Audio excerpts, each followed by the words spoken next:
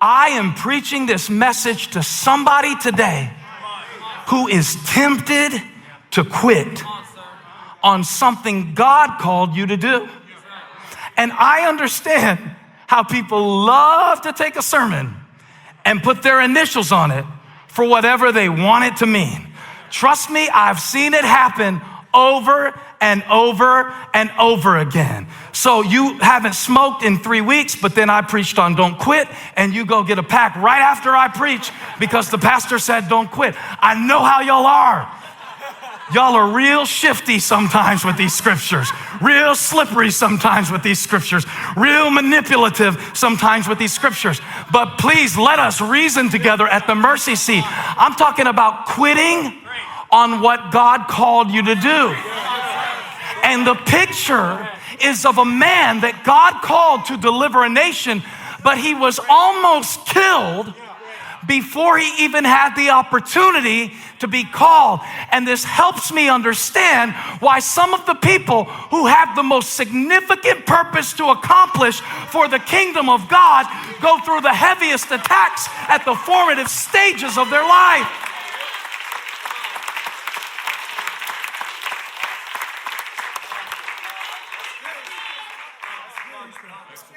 So his parents had the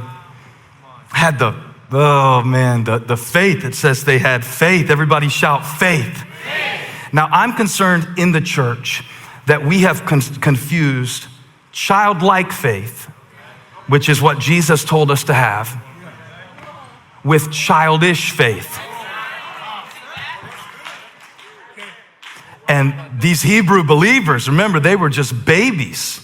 They were still being weaned off the sacrificial system that Moses instituted. See, in Moses' sacrificial system, you may know a little bit about this. I'm not going to go into great depth about it, but their sin was atoned for by the blood of bulls and goats.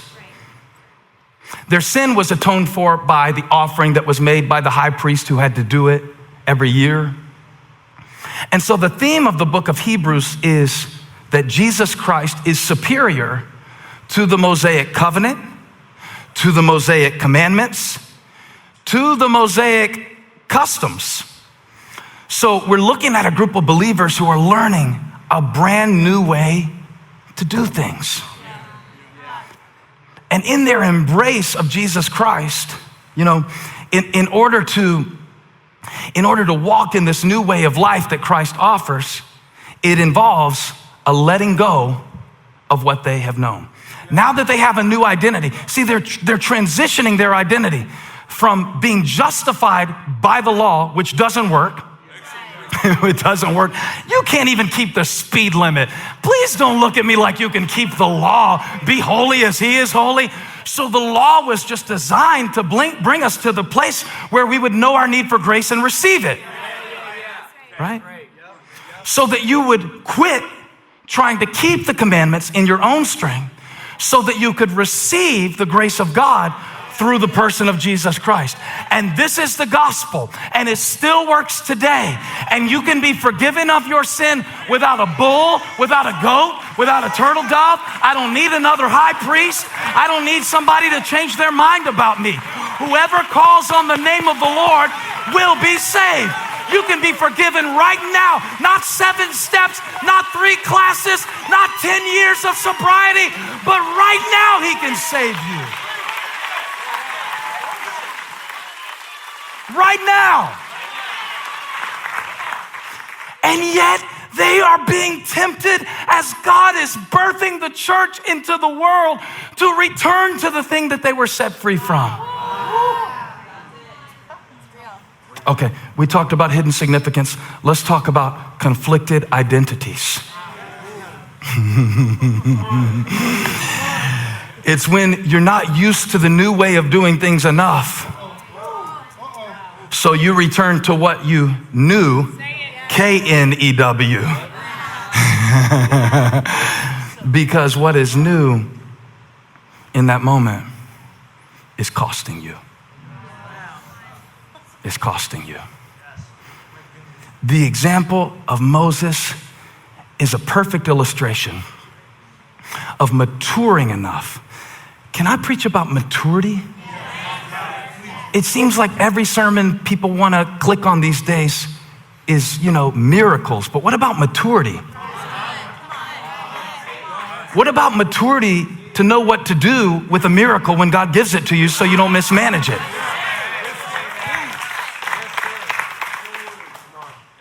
And in Hebrews 11, there is a picture of a prophet. Moses was a prophet. He's not your typical prophet. In fact, I thought the writer of Hebrews was pretty nice to Moses when he explained his story. And I want to show you that now, because there's a lesson even in this. All I'm deciding to do is figure out what not to tell you today, because there's so much good stuff in here. So let me give you a contrast. This will be good. In verse 27, by faith Moses, when he had grown up, I read you this, but I'm reading it again for a reason. He refused to be known as the son of Pharaoh's daughter.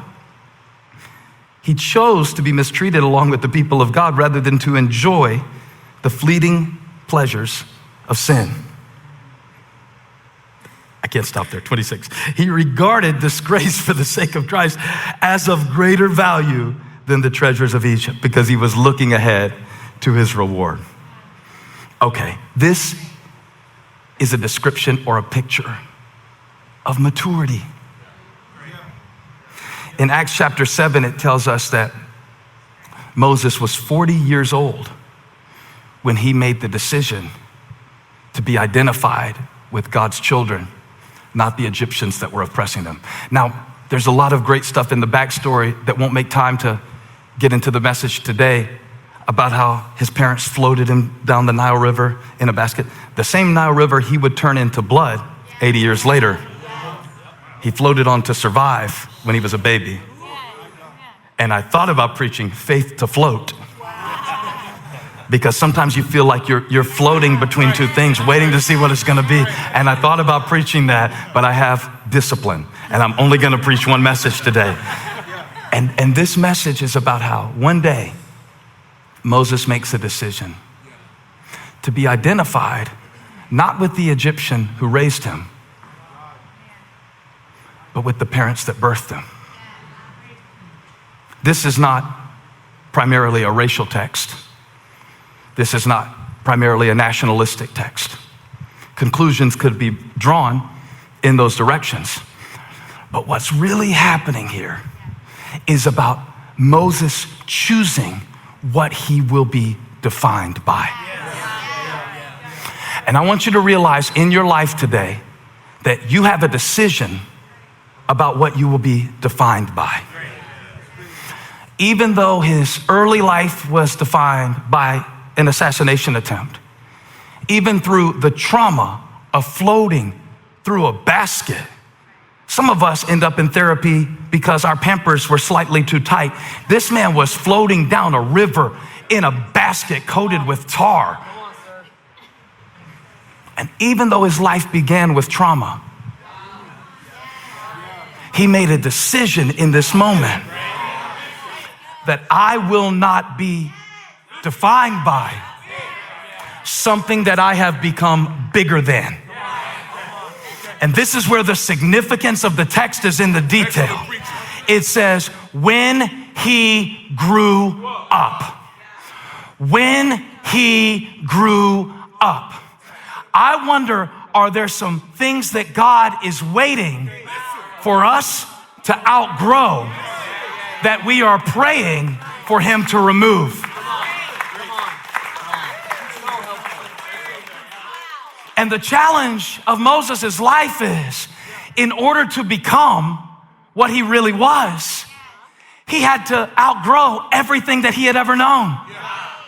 You see it in the text. He was raised as an Egyptian, but he was born as a Hebrew. And yet there came a moment of decision. I will not be defined by my environment.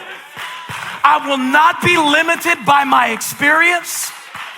I will not be affiliated with the events that brought me to this point. There is something that God is calling you to outgrow in this moment. And I wonder what it is. See, because until you grow past past the point of needing God to change things, until you grow past the point. Some of us have to outgrow the need for everybody to like us or validate us in order to see what God has really put in us. He chose to be mistreated. He chose to be lonely. He chose to be a weirdo. He chose the uncomfortable space of growth. You know what? Growth is chosen, not change. Change will slap you right in the back of your head. Change will kick you right, anyway, change will kick you in the shin. I'm editing as I go. I'm editing the sermon for consumption for the mass market. But growth is chosen. Growth is chosen. And in the moment, he has a decision to make, and so do you. And so did the Hebrew Christians. Do we outgrow what we've known?